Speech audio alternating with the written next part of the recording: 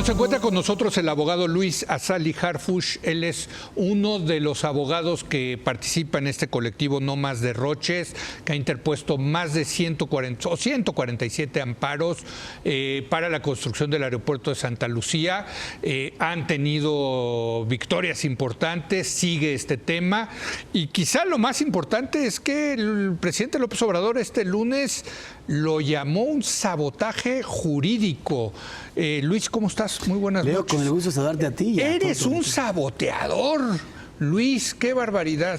Pues mira, yo creo que así dijo el presidente, ¿eh? Sí, no, lo estoy citando. Confiamos en que el señor presidente eventualmente y todo el gobierno escuchará la razón antes que la imposición, porque Leo, en este asunto, verdaderamente las razones son demasiado poderosas como para dejar de voltearlas a ver. Sí. Si me lo permites. Sí. Quiero platicar de esas razones porque de que tú y yo nos vimos hace aproximadamente un mes, han pasado varias cosas, tanto en la arena litigiosa como en la arena fáctica. A ver, ¿qué ha pasado desde que nos vimos? ¿Qué será? Hace un mes más o menos correcto. Nos vimos, ¿no? Mira, en la arena litigiosa, ¿qué ha sucedido? Pues han sucedido cosas muy buenas para México y los mexicanos. A ver. Porque te comento que en esa ocasión apenas habíamos logrado la primera suspensión, ¿te acuerdas? Sí. Bueno, al día de hoy se suman 9 suspensiones. Ya hay 9 suspensiones. Es correcto, pero de esto es importante distinguir, Leo, que de esas 9, 5 son suspensiones definitivas. ¿Qué son eso? Una suspensión definitiva tiende a acompañar al juicio de amparo durante toda su duración. Y lo único que dice esta suspensión es algo básico, Leo. ¿Qué es lo que le están diciendo los jueces al gobierno? Oye, gobierno, te pido un favor. Respeta el Estado de Derecho. Es decir, tú no puedes ir adelante con una obra de infraestructura de esta envergadura sin antes tener los permisos, todos los que aplican en la materia, Leo. Por cierto, cosa que a los privados es una obligación. Por supuesto. O sea, si tú quieres construir una casa, un almacén, un edificio, pues la autoridad te exige los permisos, con toda la razón. Pues el gobierno debería de también tener esos permisos, es ¿no, algo Luis? muy básico. Lo único que los jueces están diciendo, Leo, es, señor gobierno, le pido a usted que antes de iniciar esta construcción cumpla la ley. Cumpla la ley, que significa tener el permiso de naturaleza ambiental, el permiso de naturaleza antropológica, cultural y sobre todo, y el más importante para tu vida, la mía, la de los pilotos y la de todos los pasajeros, los estudios de seguridad que avalen que estos aeropuertos efectivamente pueden funcionar sin el riesgo de que haya colisiones y que todos los pasajeros ahí perdamos la vida. Claro. Entonces es algo muy básico. De hecho, llama la atención que se impugnen estas resoluciones por parte del gobierno, porque al final del día lo único que están diciendo es, oye... ¿Bajo qué argumento, Luis, lo impugnan? Pues, o sea, ¿cómo puedes decir impugnar una decisión de, oye, yo no quiero cumplir este amparo porque no voy a cumplir la legalidad del Estado? Creo que te lo pregunto con toda honestidad. Lo consideran como una resolución adversa, pero yo creo que no es una resolución adversa, es una resolución que simple y sencillamente dice, antes de ir adelante con este proyecto, te pido que respetes el Estado de Derecho, conforme al cual tienes que llevar a cabo estudios y obtener permisos que avalen su factibilidad. Ahora, ¿por qué seguimos aquí? ¿Por qué seguiremos aquí, mi estimado Leo? Quiero que, porque también de que nos vimos al día de hoy... Hay 9 suspensiones, entonces, definitivas. 5 definitivas. ¿Qué significa eso de definitivas y temporal? La provisional es, vamos, que la suspensión se divide en 2 fases. Lo que tiende a hacer la suspensión es detener las cosas para que lo que se está resolviendo en el juicio de amparo no pierda vigencia. Correcto.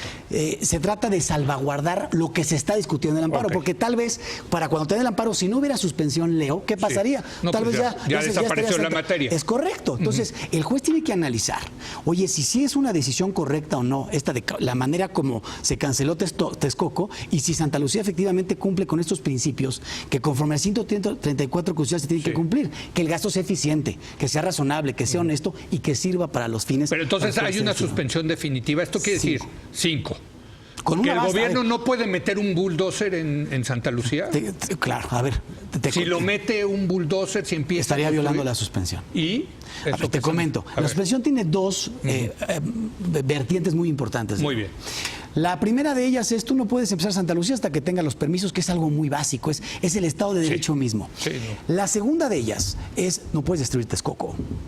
¿Te acuerdas también, desde que tú y yo nos vimos, pasó algo muy relevante? Con motivo de las suspensiones, ¿te acuerdas cuál fue una de las reacciones del gobierno? Que querían inundar el terreno donde está el 30% de la obra de Texcoco. Se quería inundar la infraestructura aeroportuaria. Afortunadamente, los jueces salieron a salvaguardar los intereses de México y los ciudadanos. Y dijeron, espérame, tú no puedes inundar Texcoco hasta en tanto y en cuanto se resuelva este procedimiento. Y no solamente le dijo eso, le dijo, y tienes que hacer las labores de salvamento para conservar el valor de la infraestructura que ahí se encuentra. Entonces, al día de hoy vienen cosas muy importantes, en donde el Poder Judicial le instruye al Poder Ejecutivo, tienes que conservar Texcoco y tienes que abstenerte de continuar con Santa Lucía. Nosotros no tenemos duda de que el gobierno acatará en lo correspondiente a Santa Lucía y esperamos y confiamos que también acatará en lo relacionado con Texcoco. De no hacerlo, pues se generará una situación histórica en nuestro país, porque evidentemente esto podría implicar una situación muy grave.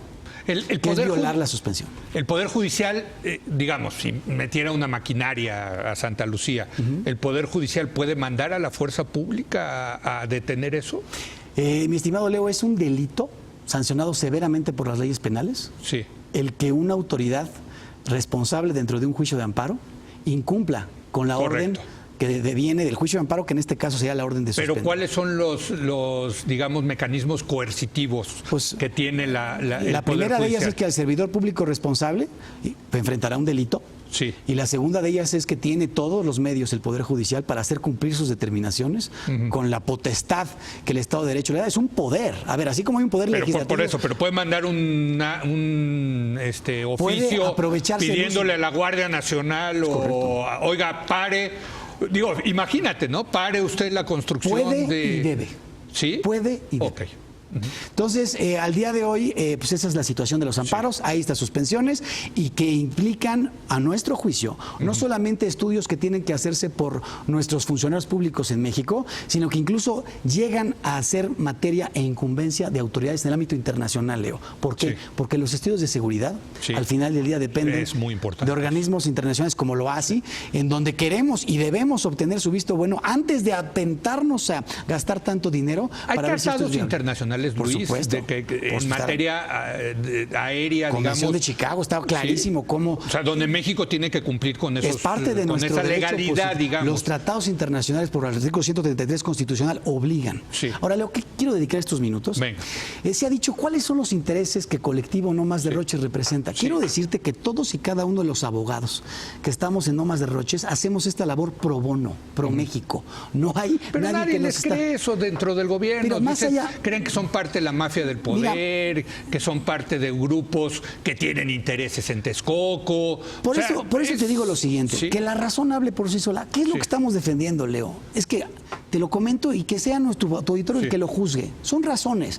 A nosotros nos da igual si expropian los terrenos de alrededor de Texcoco y evitan que cualquier persona que pueda estar ahí haga negocio. Nos da exactamente lo mismo. También nos da lo mismo.